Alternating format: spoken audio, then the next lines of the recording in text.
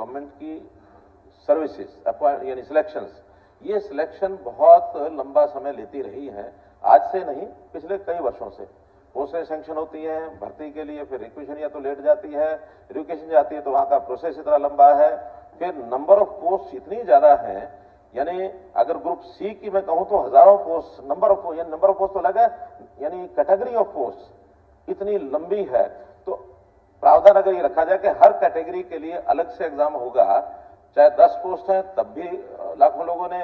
Apply करना है, और चाहे 500 है तब भी करेंगे, 5000 है तब भी लाखों करेंगे। उसी में से एक रास्ता निकाला कि हम थोड़ा इसको स्पीड अप करें, तो नई पॉलिसी हमने बनाई है। उस नई पॉलिसी के 2 पहलू हैं। पहला पहलू यह है कि ग्रुप डी जैसे हमने किया है कि पूरी ग्रुप डी की अलग अलग पोस्टें, उनका एक कैडर बना दिया जाए, और एक कैडर बनाने के बाद फिर ग्रुप डी में मान लो कोई एक डिपार्टमेंट में जाता है, दूसरे में जाता है, मानो पीएन है तो पीएन यहां भी वही काम करेगा, वहां भी वही करेगा, और हम उसको सुविधा ये भी दे रहे हैं कि अगर एक समय के बाद वो अपने डिपार्टमेंट को बदलना भी चाहे,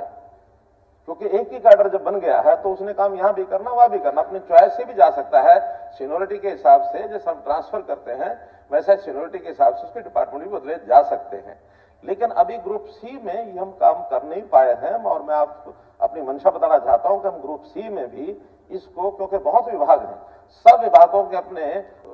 बने हुए हैं सर्विस रूल्स, तो सर्विस रूल्स में छोटे छोटे अंतर को डाल करके, और एक भर्ती संभव होती नहीं थी, इसी में से ये चीजें आगे ग्रुप सी में एक जो हमने कार्यक्रम शुरू किया उसके अंदर कुछ सुविधा कर ली है, लेकिन कुछ और आगे चलकर करेंगे ताकि इस समस्या का हल निकाला जा सके। जैसे अभी ग्रुप सी में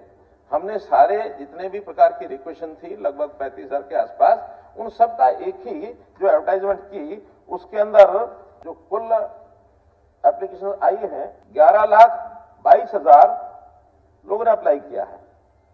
और उसके बाद 3,59,000 हमने सीईटी फेज 1 क्वालिफाई किया है। अब 3,59,000 के बदले में भी 501 यानी टाइप्स ऑफ पोस्ट ये है। अब 501 एग्जाम लेने से आगे, क्योंकि उसमें सबके रूल्स, सर्विस रूल्स अलग अलग होने के कारण से उनको अलग अलग एग्जाम लेने की प्रक्रिया चालू कर सकते हैं, लेकिन अगेन 3,59,000 को अगर वो करेंगे तो वो सालों साल लगते हैं। फिर उसके ये आया कि समान क्वालिफिकेशन होने के नाते जो जो ग्रुपिंग की जा सकती है उनका ग्रुप बनाया जाए। तो जैसे आपने ठीक कहा कि ये 64 ग्रुप ऐसे बने हैं, और इन ग्रुप्स के एक ग्रुप का एक बार एग्जाम, आपने तो ये कहा कि 64 ग्रुप का इकट्ठा एग्जाम लिया जा रहा है, इकट्ठा नहीं लिया जा रहा, 64 एग्जाम होंगे एक एक ग्रुप के नाते जिनकी क्वालिफिकेशन सेम है। मानो किसी की डिप्लोमा इंजीनियर है तो डिप्लोमा इंजीनियर वो सब इकट्ठे होंगे सर्विस रूल के हिसाब से। ये अलग बात है कि उसमें पहले एग्जाम हमने वो, यानी हमारी जो कमीशन है उन्होंने तय किया कि जिनमें संख्या ज्यादा है, वो 56 और 57 2 ग्रुप ऐसे थे जिनमें संख्या ज्यादा थी,